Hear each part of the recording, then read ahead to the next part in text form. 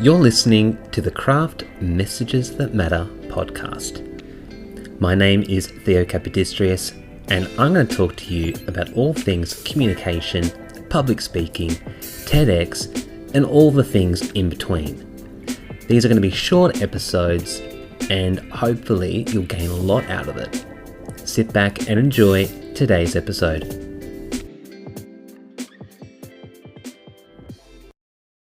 Hello and welcome back to another episode of the Craft Messages That Matter podcast. You're listening to episode 2 of season 1, and I'm pumped to be able to share some juicy content to get you rolling in your effective communication journey. Thanks for listening to episode 1, and I hope you now know a little bit more about me and are really excited to get into some of this content. So, in today's episode, we're going to talk about 3 key things needed for an engaging presentation and how you can ensure that your presentation is going to kill it. Now, we're going to have a little bit of an imagination activity. I want you to imagine sitting in a lecture theatre. You've got your notebook in hand or your laptop, and you're waiting for the presenter to start talking.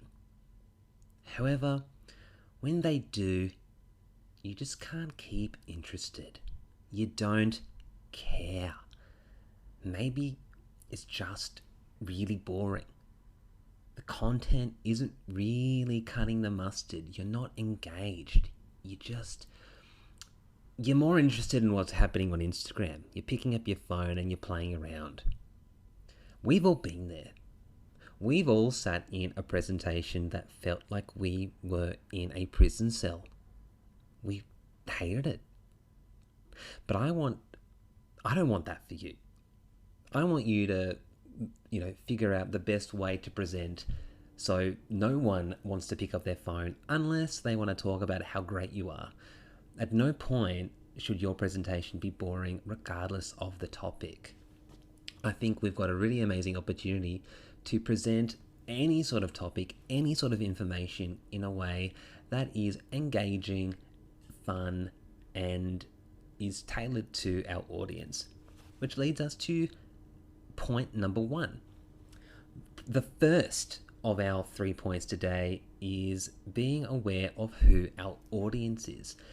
And this is something that I'll probably talk about a bit more as we go through this podcast series, and we'll look at it a bit more in future episodes. You need to be clear on the people you are talking to and how this presentation is going to be useful for them. You're communicating because they need to hear something that you are saying. You have a really important task to make the presentation relevant. How are you going to make the presentation relevant to your listener? This is going to be really key to figure out. Looking at an example from my legal career, if I was presenting to the marketing department about all things privacy, and privacy isn't really the most fun or sexy topic, but I had to make it relevant for that particular audience. So how can I make it a bit more engaging? So for the marketing department, if I was talking about privacy, I would refer to it in the way of securing talent.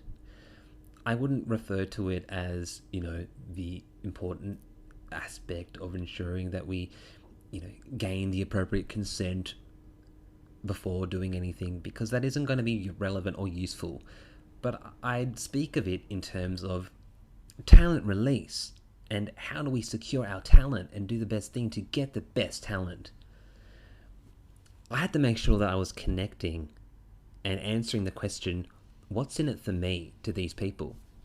And that's going to be a really important focus for you in how you craft your presentation and the information.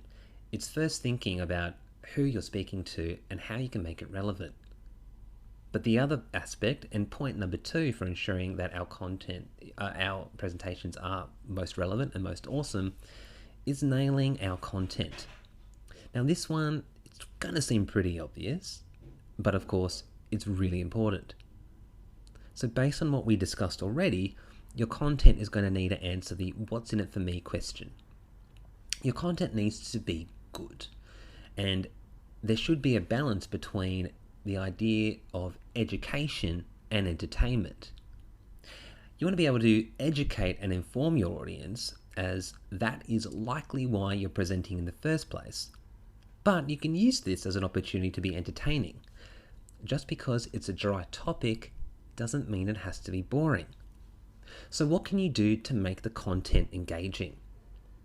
Some tips to help make your presentation engaging include adding interactive elements such as an activity, a poll for people to vote, and maybe even using technology like Slido or something like that. You can use videos as a way to illustrate a point rather than necessarily using just text to articulate your point. It's really about showing rather than telling. You don't need to necessarily tell people everything, but you can show them and demonstrate through fun examples and other resources such as pictures or infographics, videos, whatever it might be. You want your content to articulate your point, but also you want to convince your audience that you're interesting to listen to and that they should be paying attention. At no point do you want people to start drifting off thinking, man, this sucks. Why am I here? I know that I've been to a lot of conferences and events that you have to speak for an hour. It has to meet a certain requirement because that's why people have paid to be there. But just because you're trapped in an hour doesn't mean it has to be awful.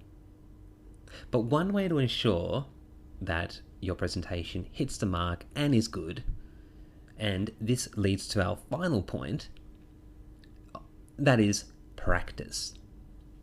Vladimir Horowitz said, "The difference between ordinary and extraordinary is practice." And the same can be said when delivering a presentation. One way to feel really confident and to ensure that what we're saying is going to nail it is by practicing what we're going to say and how you're going to say it. Practicing is one of the best ways to ensure that you're able to speak well, learn your content, and figure out the best way to deliver it using your voice and as most appropriate for the people that you're speaking to. You can become way more confident with something the more you do it. And if we look at our professional environments and our workplaces, doing anything, you're not going to be sure about it if you don't do it much. But the more you do, the more competent and confident you feel. And that's the same with speaking and delivering a presentation. The more we speak, the more we present, the more comfortable we are doing it, and the more influential we can be.